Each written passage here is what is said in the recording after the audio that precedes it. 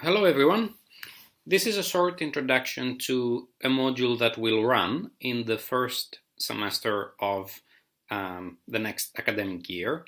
This is a module that is titled Trade Wars and the Liberal Order, and you can find the codes if you need them for the registration here. It's IQ 21620 for level 2 and IQ 31620 for level 3. The module is very much inspired by contemporary events. It attempts to understand what is the role of the current trade wars in undermining existing cooperation in international politics and creating new patterns of conflict in the existing liberal order. The module assumes that global trade is an important aspect of contemporary politics.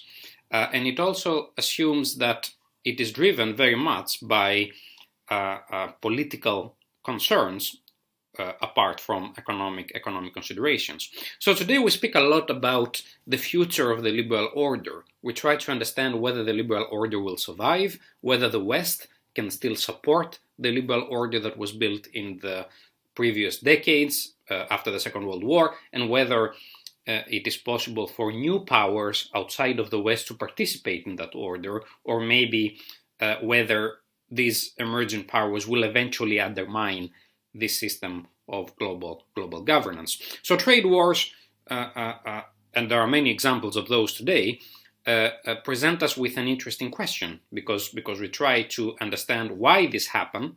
Why do we have a lot of economic conflict between, say, the US and China and some other developed and developing economies?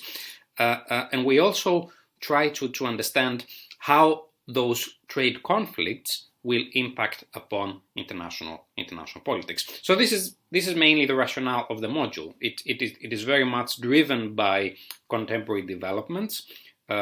We try to discuss a lot of key developments that are happening in the US, China, some emerging economies like Brazil and India, also in the European Union, where there is a lot of friction between member states, but also between the European Union and some of these other countries. And we try to see how all of those developments will influence international politics in the short and in the medium run.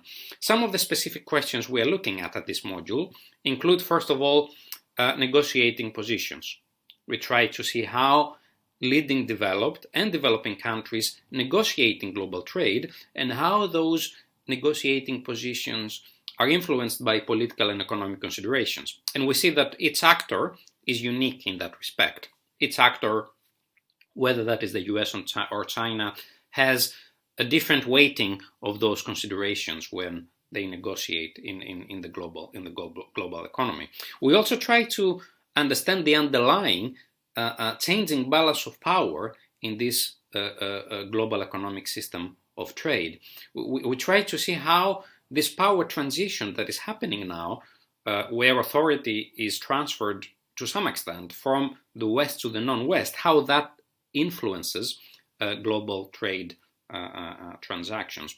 We see whether overall we are witnessing greater cooperation or greater conflict, and in that respect the module addresses some of the traditional questions of international relations, whether the international system is one that is dominated by recurrent patterns of conflict, or whether we gradually see some norms and rules of cooperation prevailing gradually, even if sometimes there are deadlocks in multilateralism, for example.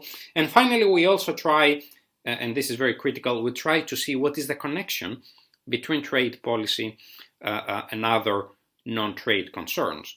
So we often understand that trade is not driven by economic considerations, even though these are certainly important, but is actually very much driven by strategic concerns, military objectives, security considerations, and very much forms part of the broader foreign policy establishment of leading developed and developing economies. And we assume that for some of those states, they will have the ability of forming those broader strategies that integrate trade and security objectives into this kind of broader international strategy. We're also looking at some important case studies exactly in order to illustrate some of the points that we mentioned so far. So we're looking at this is obviously the major case of the ongoing trade war that has been initiated by the Donald Trump administration to a great extent against China. We try to see what are the implications of that and how they will influence the balance of power in the global system. We look at, obviously, another important case, the ongoing kind of ambivalence in UK-EU trade relations after Brexit, and whether this will lead to an agreement and to a smooth relationship, or whether there will increasingly be these relations will be dominated by conflict and asymmetry in terms of preferences and expectations. We also look at some other important emerging economies like Brazil, India, and South Africa, and we see how some of those countries, they have been facing pressure from both the United States and China, and how they try to be allies of the US in some cases, or China in some other cases, and how they try to survive, to put it simply, the trade wars that are happening on the global level. And finally, we look at another important case, and that is the energy competition in East Mediterranean region. So we look at how key regional powers like Turkey, for example, or Italy, or France, or Egypt, how they try to control access to oil routes, for example, and how those affect the balance of power in the region. And some of those forms of competition are linked to ongoing conflicts that are happening in places like Syria and Libya. So these are some representative cases, and maybe some more will be added, but this kind of gives you an idea of the sort of empirical material that is examined in the module. Finally, the assessment is quite straightforward. We're looking at a 2,500 word essay, which counts for 50%. This is a research essay. It normally deals with a case study and kind of asks a question regarding, for example, the implications of an ongoing trade war and how that affects international politics. So no surprises there.